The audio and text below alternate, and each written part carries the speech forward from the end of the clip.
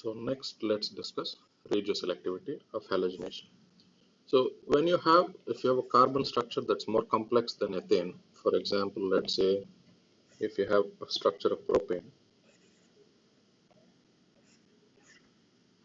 so that if it undergoes chlorination in the presence of H nu, this creates an interesting question: where will the radical form? So where will the reaction? Where will the radical bond? So this creates a mixture. So this creates a mixture of monosubstituted products. So what are the two products that you get? So either it can bond to the central carbon or the terminal carbon. So now let's take an example of both the products that are going to form. So you can have chlorine bonded to the internal carbon, or you can have the chlorine bonded to the edge, the terminal carbon. So this mixture is what I meant by the term radioselectivity. So radioselectivity here refers to which carbon is it going to choose. Now let's compare the two carbons that are there. So one is the internal carbon and this is the external carbon or the terminal carbon. Now between the two carbons, we have to decide which is more stable. This here is a primary carbon. This here is a secondary carbon. Because secondary carbons are much more stable than primary carbons.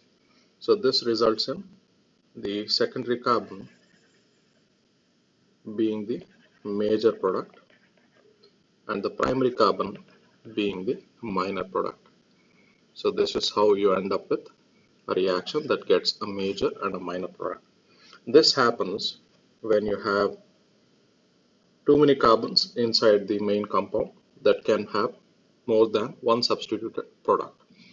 And the major one is always going to be the more substituted compound. So the more substituted compound will always be the major product. So here it would be a ratio of 60-40. But some ratios are much more higher as you go along the structure. So what happens here? If you take bromination of this process of the same carbon, bromination is generally much slower, but it is much more selective. So it reacts more with the secondary carbon than the primary carbon. So this results in 97% of the product becoming the secondary halide and only 3% becoming the primary halide. So the fact that bromine is more regioselective than chlorination, so it can be explained by the Hammond postulate. So the Hammond postulate basically says that the closer the energy between the transition state and the reactants, so the closer it is, that the closer the place the transition state is to, it forms more products that way. So chlorination resembles the reactants because the transition state is much closer to the reactants. Bromination is much closer to the intermediate, so it generally resembles the product. Next, in terms of the regioselectivity of the carbons here, so and that here. So as you go along the structure, you notice that chlorination, each radical is much more closer in their transition state. So there is no chance that there is much more mixed structure. But bromination is much more varied structure, so it always is more regioselective. It's more selective for the lower energy path. So it always selects the lower energy pathway. So if you consider the two structures, let's take an example of isopropane, so isobutane.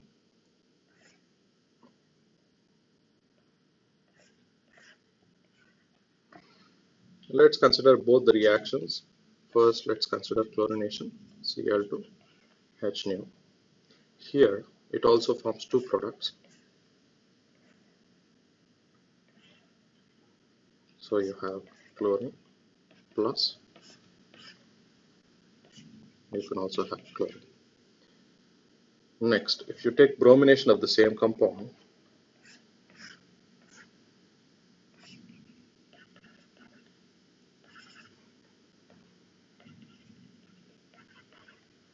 This also forms the same similar compound,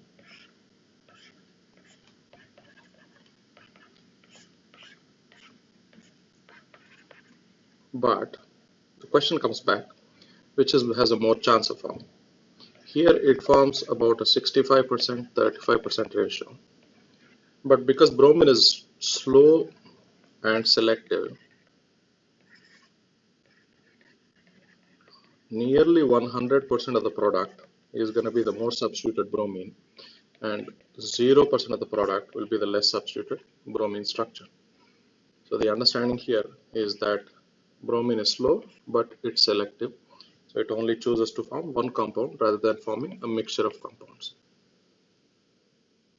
So in terms of the selectivity, the relative selectivity, fluorination has a ratio of 1 to 1.2 is to 1.4 between the selectivities of primary, secondary and tertiary carbons. Chlorine has a selectivity of 1 to 4.5 to 5.1. But bromine, because it's too slow, it has a selectivity of 82 to 1600 in comparison to the primary radical. So fluorination is the fastest process, so thus it's going to be the least selective process. Now let's look at the stereochemistry. So halogenation of a butane or a more complex alkane forms a new chirality center. So it always chooses to form a chirality center. So what does that mean?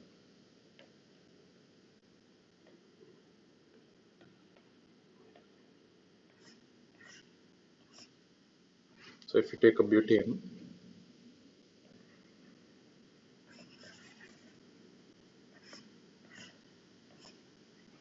so this butane, if it undergoes chlorination,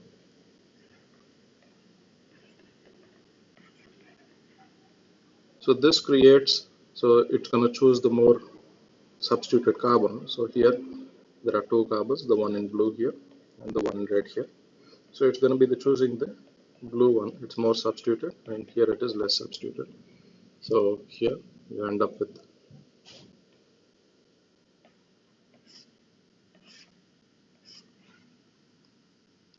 chlorine bonding to the more substituted carbon.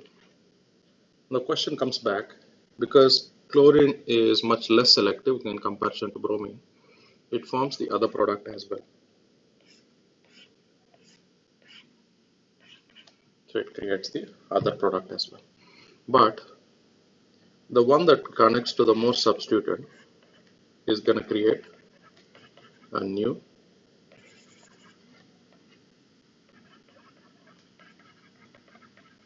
chirality center. So it's going to create a new chirality center. So this chirality center is going to be the 2-chlorobutane is going to form a racemic mixture. So which means that this structure here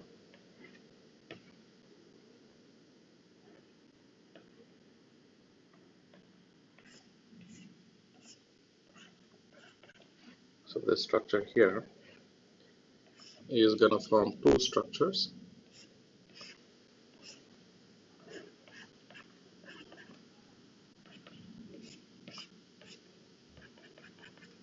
So it's going to form a racemic mixture of R and S structures.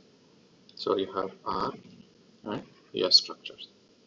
So the 2-chlorobutane is going to have a racemic mixture of R 2-chlorobutane and S 2-chlorobutane. Now this brings up the question, which is going to be the one that's going to form the main structure. Because it forms a racemic structure, we are not sure which one will be the more which one will have a more chance.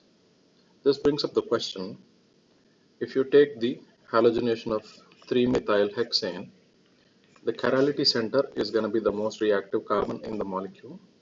So this creates the question, the chirality center will always be the more substituted product. So whichever is the more carbon will be the more substituted product. So the chirality center here is a tertiary carbon, so it has a weak CH bond, so than a secondary or a primary carbon, so which then creates a chirality reaction. Next, let's look at allylic halogenation. So we told that allylic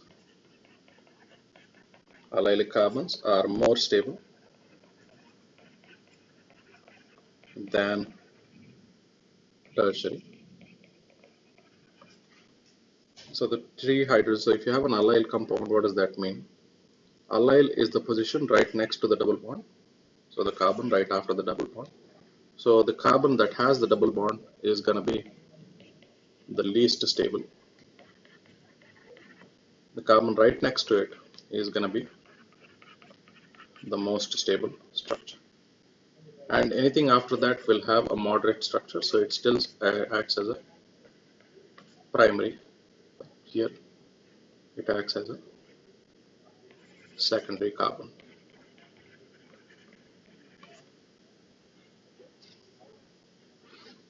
Now, so what happens in allylic halogenation?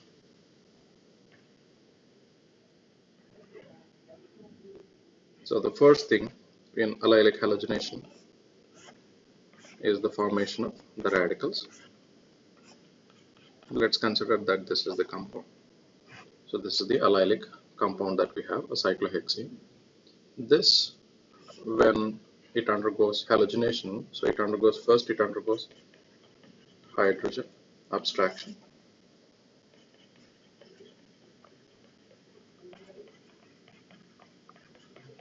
So what happens here? Hydrogen takes its electron, the allyl chooses its electron, so now it forms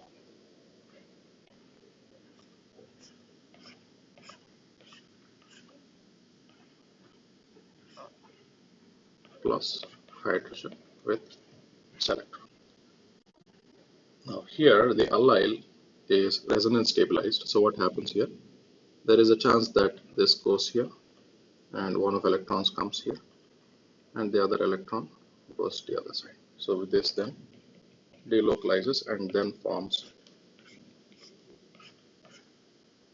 the electron here. So it means that it's the same structure,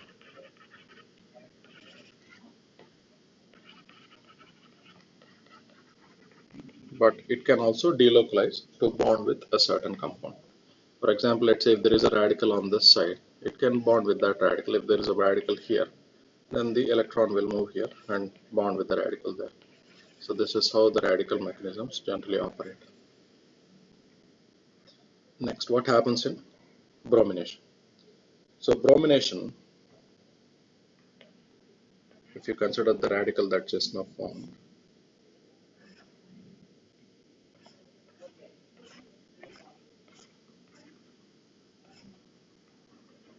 so we know that bromination is generally selective. So bromination and H nu. So bromination is much more selective, so which means it's going to create, so it's going to be selective to the allylic carbon. So it always chooses the allylic carbon. So here it ends up bonding with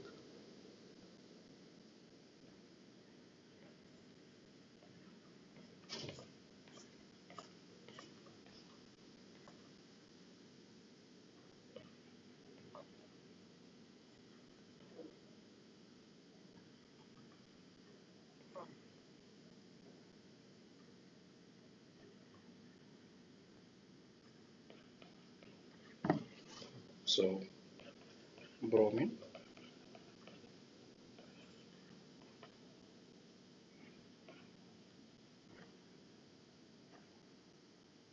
chooses the allylic carbon.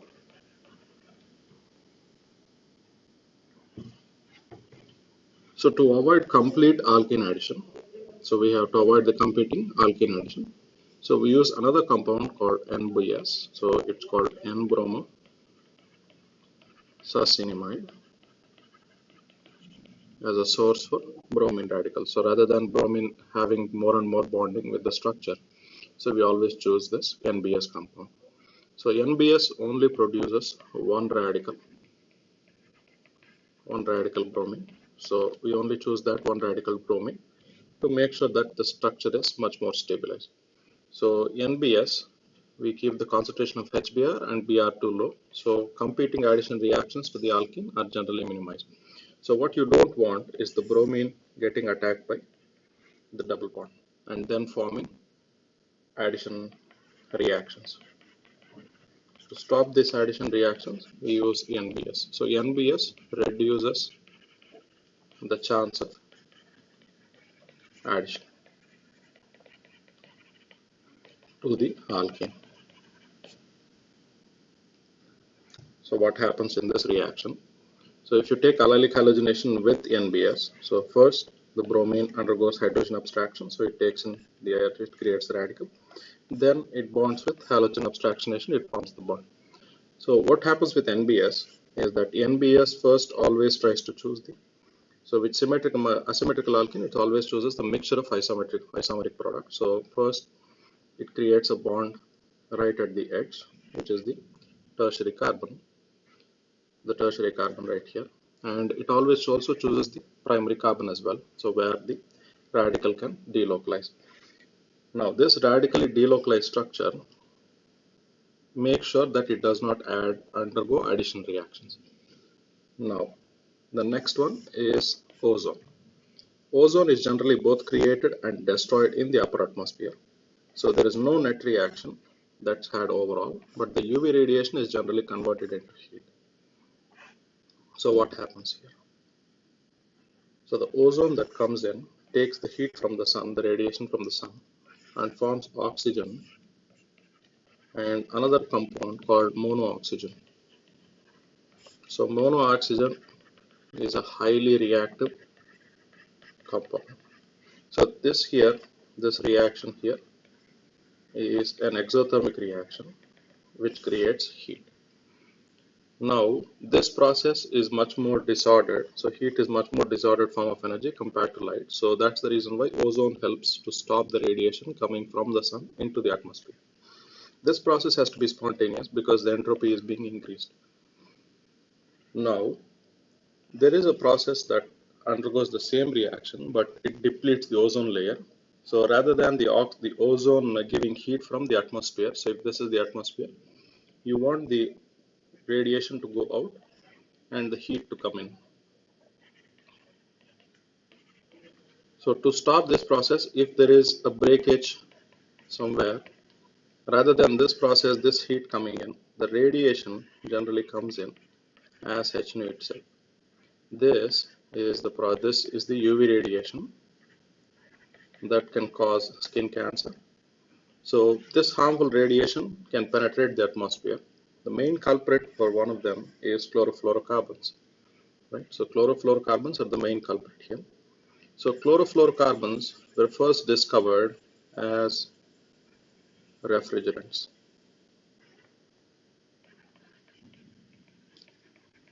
So they were first discovered as refrigerants. So in the refrigeration industry, they were widely used, but they did not know the common reaction with chlorofluorocarbons is that chlorofluorocarbons are less dense. So they end up going into the upper atmosphere.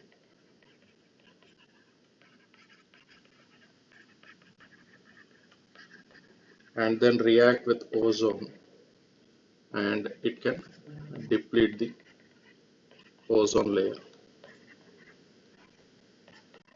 It can deplete the ozone layer.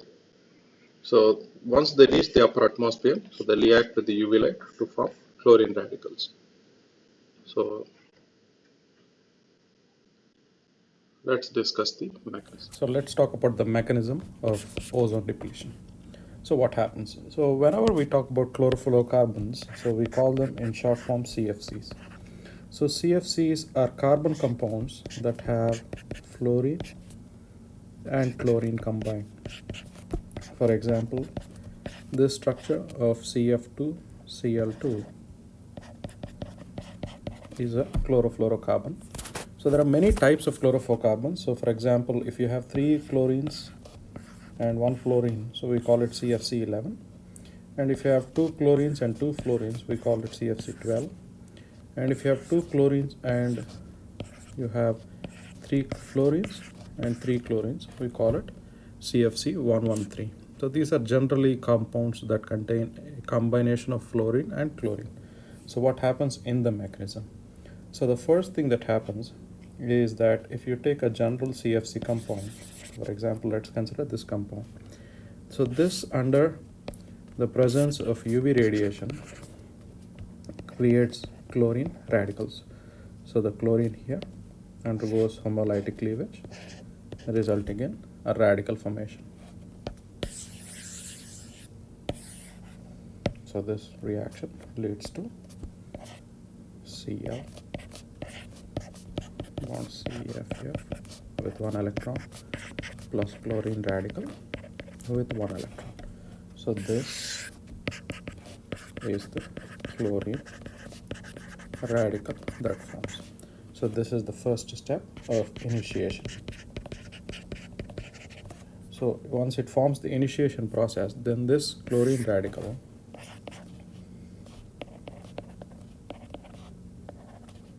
reacts with ozone to form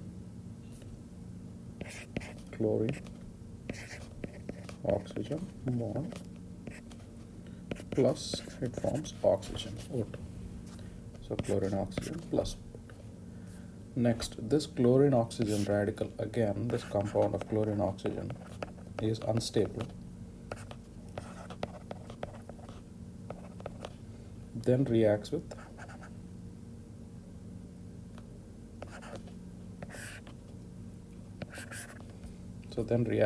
another monooxygen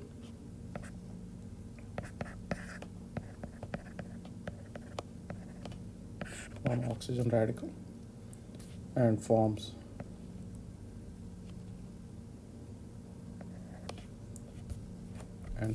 oxygen, and then forms chlorine radical again. Notice that we started with the chlorine radical and we end up with the chlorine radical back again. This continuous process, I already told you that chlorination is a cyclic process. So chlorination is a chain reaction. So So the net process is converting ozone into oxygen plus monooxygen. This process of converting oxygen into ozone is the process of depletion. So where we remove ozone. So once enough amount of ozone is removed from the atmosphere, it creates a crack in the atmosphere, causing it to form an ozone hole. So this is where the UV radiation that's coming from the sun directly hits the earth, causing it to cause skin cancer or melting of polar ice caps. So this is one of the reasons why it can cause this reaction. So to counteract this, CFCs were banned and they have been replaced with hydrofluoroalkanes or hydrofluorocarbons. So these are compounds without chlorine. So chlorine here is the main radical that's responsible for the depletion of ozone. So to remove that, we use hexafluoro or hydrofluorocarbons.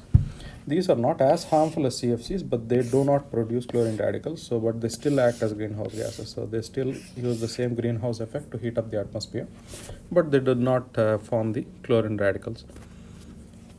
Next, let's discuss autooxidation. So autooxidation is the process of which by an organic compound reacts with atmospheric oxygen to form a hydroperoxide. For example, if you take a compound of cumene, so cumene is isopropyl benzene, so it's called as cumene. When it reacts with oxygen, it forms cumene hydroperoxide, where the oxygen bonds with one of the hydrogens and bonds with the central chlorocarbons to form the hydroperoxides. These reactions are generally very slow, but how does the process occur? So first process is initiation again. So the first thing is the radical initiator removes it and forms a carbon radical. The carbon radical reacts with oxygen. I already told you that oxygen is a diradical. So first it bonds with oxygen and there's one more radical left. So it bonds with another, undergoes hydrogen abstraction and creates an RO-OH bond.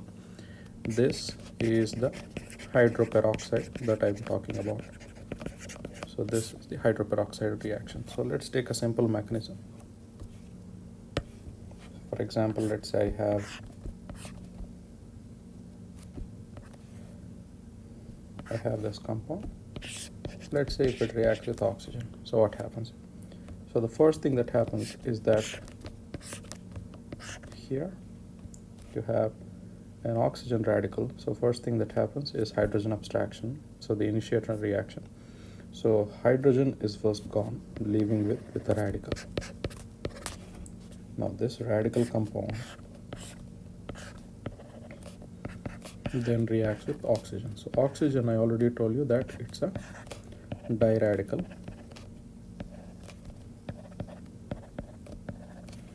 So this creates half the radical, this creates half the radical, resulting in the formation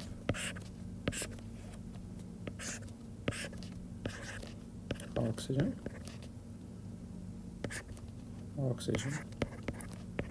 radical.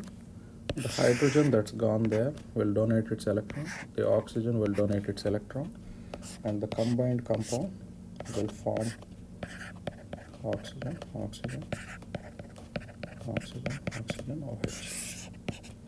So this is plus the hydrogen radical. So this forms the hydroperoxide. This is the reaction. This process is called autooxidation. This process is called autooxidation.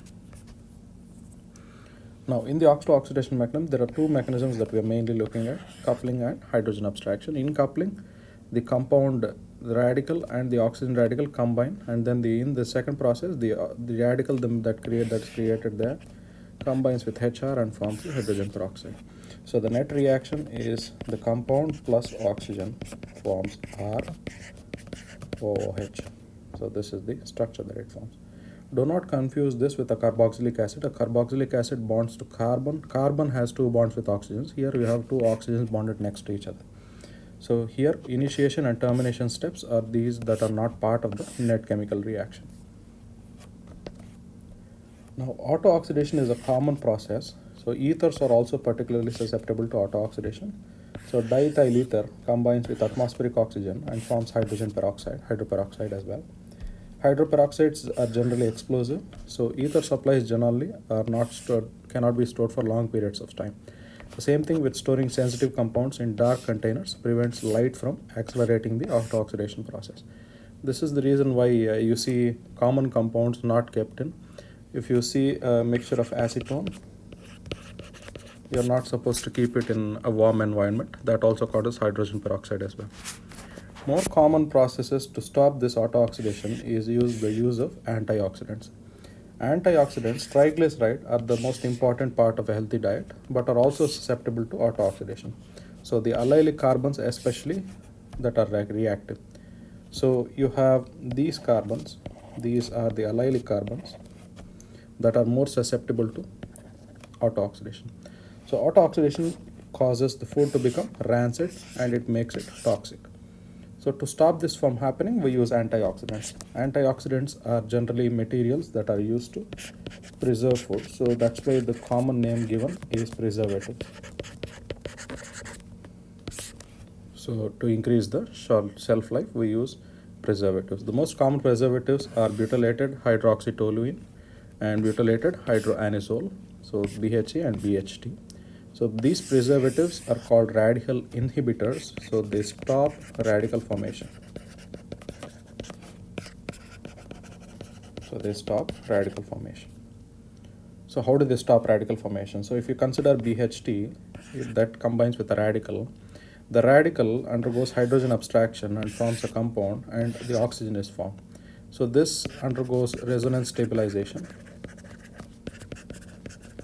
and doesn't undergo further reactions. So these are generally called antioxidants. So antioxidants are more common in the human body as well. So natural antioxidants are used to prevent oxidation of the cell membranes and other biologically important compounds. Most common antioxidants are vitamin E and vitamin C. Vitamin E is hydrophobic, so it finds its way into the cell membranes. Vitamin C is polar, and it functions as in polar medium such as blood. So next is the radical addition of hydrogen bromide. So when we learned this process in chapter 9, when we discussed alkynes, we discussed that when it adds across a C double bond, it uses anti-Markovnikov regioselectivity, where the less substituted carbon gets bromine and the more substituted carbon gets hydrogen. So here, if you consider an alkene, if it reacts with HBr, hydrogen goes to the more substituted. So if you consider Markovnikov selectivity, hydrogen goes to the less substituted carbon, bromine goes to the more substituted carbon. But in anti-Markovnikov selectivity, in presence of peroxides, hydrogen goes to the more substituted carbon and bromine goes to the less substituted carbon. So with peroxides, these peroxides are processes that initiate mechanism of radical addition, radical mechanism of addition. So in Markovnikov addition, hydrogen and bromine undergo homolytic cleavage, heterolytic cleavage, creating ions. In anti-Markovnikov addition, hydrogen bromide is split into radicals as H and Br. So that's where the difference comes in between Markovnikov addition and anti-Markovnikov addition. So here HBr creates H plus and Br minus, but in HBr in anti-Markovnikov addition undergoes a radical mechanism. So what happens first? The initiation happens with the peroxide. The peroxide splits into RO and RO, so that creates two alkoxy radicals, and next is hydrogen abstraction. So the RO radical that is there abstract hydrogen from bromine, calling it from ROH and bromine.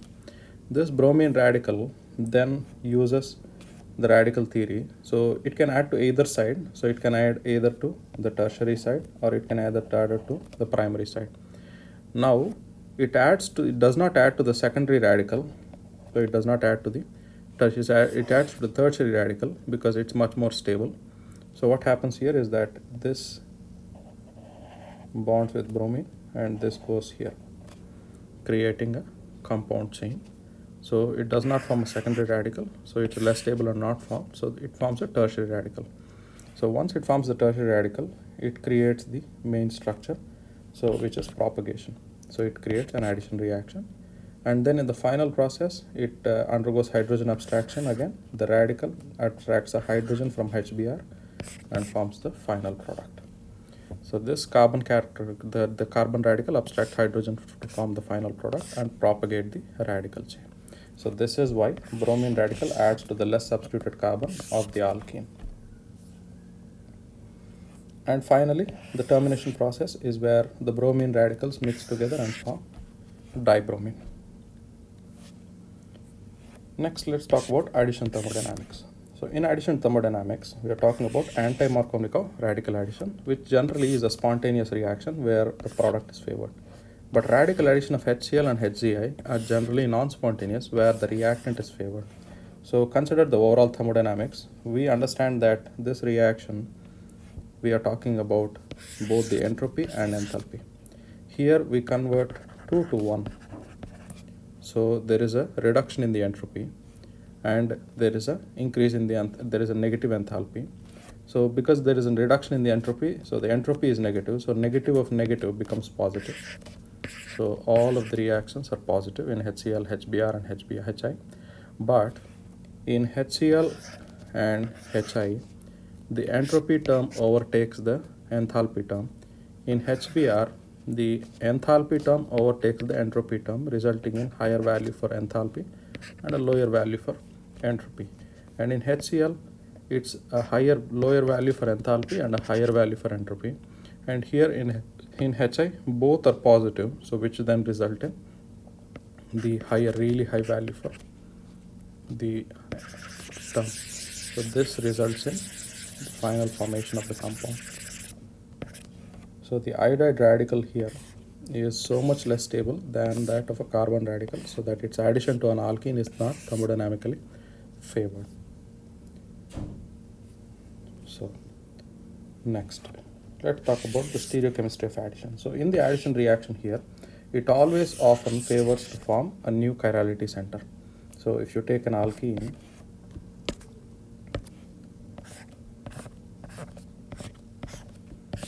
so let's say we are adding bromine in the presence of HOOH.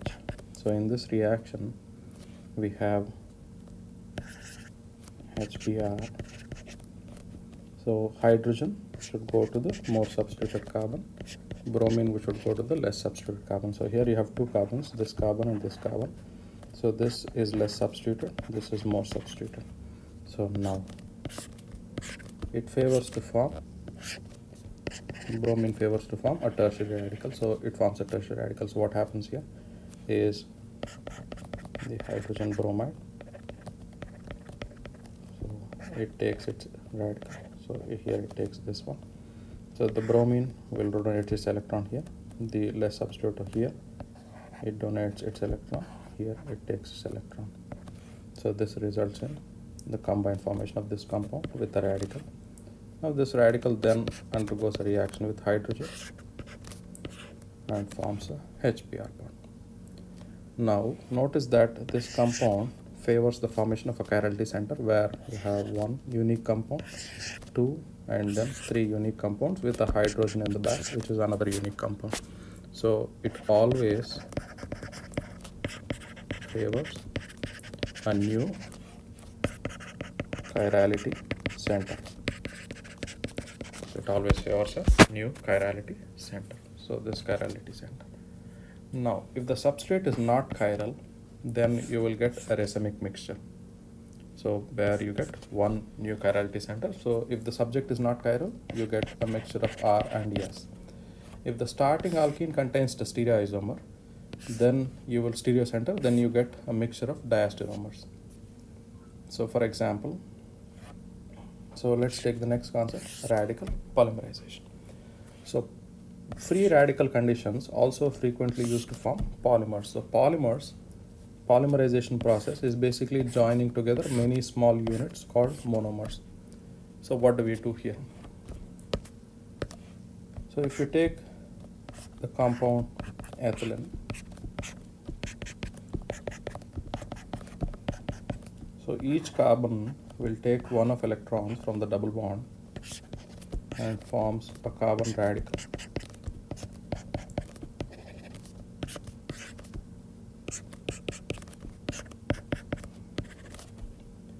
So because many of these radicals are formed, the chances are, if you have one radical here,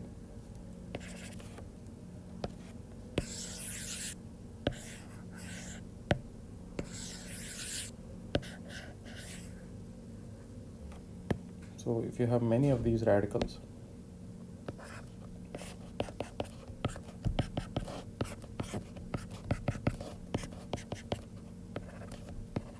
so each radical can donate its electron and form a chain reacting bond.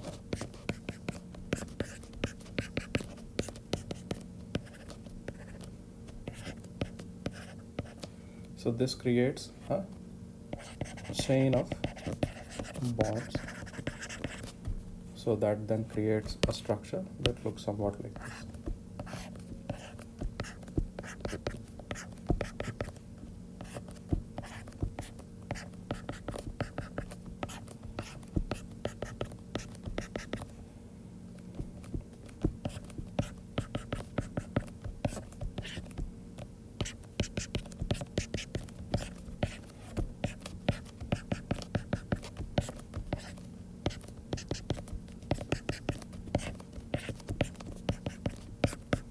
So this way the reaction continues along here as well. The reaction continues along n times. So because the compound we start with is ethene, the compound that we get is polythene. So this is the structure. So this polythene is the compound used in hand covers, plastic bags. So most common compounds that you get are these forms of. So this process is called radical polymerization. This process is called radical polymerization. So this radical polymerization generally proceeds through a radical chain mechanism. So and it generally occurs in the presence of peroxide. So if you take a peroxide compound, that also undergoes the same process. So you have continuous addition and coupling mechanisms that continuously requires this branch. So this process leads to chain branching, is also inevitable in this process because the radical is generally going to form at the secondary carbon. So highly branched polythene forms flexible plastic like the squeeze bottle. Unbranched polythene is generally brittle and rigid. This is generally used to form plastic caps. So if you have hard plastic, that means that it's an unbranched polythene. If you have soft plastic, it's generally a highly branched polythene. So if you have the compound that you start with propylene, then you get polypropylene. Polypropylene is what is used in carpet fibers, appliances, and car tires. Styrene is used to form polystyrene. Polystyrene is the styrofoam that we use. It is also used in televisions and radios. If you have the vinyl chloride is your starting compound, then your polyvinyl chloride is PVC piping that's used in plumbing, CDs, garden hoses, raincoats, shower curtains. Tetrafluoroethylene is used to form Teflon. Teflon is the non-stick coating for frying pans. Next, let's talk about radical petroleum processes. So petroleum processes use three main processes: cracking, hydrocracking, and reforming. In cracking of hydrocarbons, we use smaller alkanes and alkenes from larger alkanes. Hydrocracking is done in the presence of a hydrogen gas, forming only alkane products. So it's cracking in the presence of hydrogen. So you do not form alkenes, you form alkanes. Reforming is a radical process where we produce branched alkanes. So where in presence of heat, you take a simple alkane and you produce a branched alkane. Next, synthetic utility of halogenation. So the chlorination is used to synthesize alkyl halides, alkyl chlorides. And when this product that you get is then used in nucleophilic reactions to produce more and more complex reactions. So bromination is much slower and more selective, and can be performed when several monohalogenation products are possible. So if you want to create several monohalogenation products, we use bromination. So the real advantage of halogenation is functioning an unreactive alkane into a reactive alkyl chloride. So if you take an alkyl chloride, you can do substitution reaction, you can do elimination reaction, and then from elimination we can do further reactions as well. So what are the review of the reactions that we saw in this chapter? First one is anti-Markovnikov, where the addition of HBr to alkenes, where we have hydrogen adds to the less substituted, bromine adds to the more substituted, hydrogen adds to the more substituted and bromine adds to the less substituted, causing anti-Markovnikov addition. Allylic bromination, where in presence of NBS, we add bromine to the monos of the least energetic radical. Bromination of alkanes, where bromine selects the tertiary radical, so whichever has the highest stability, it chooses that radical.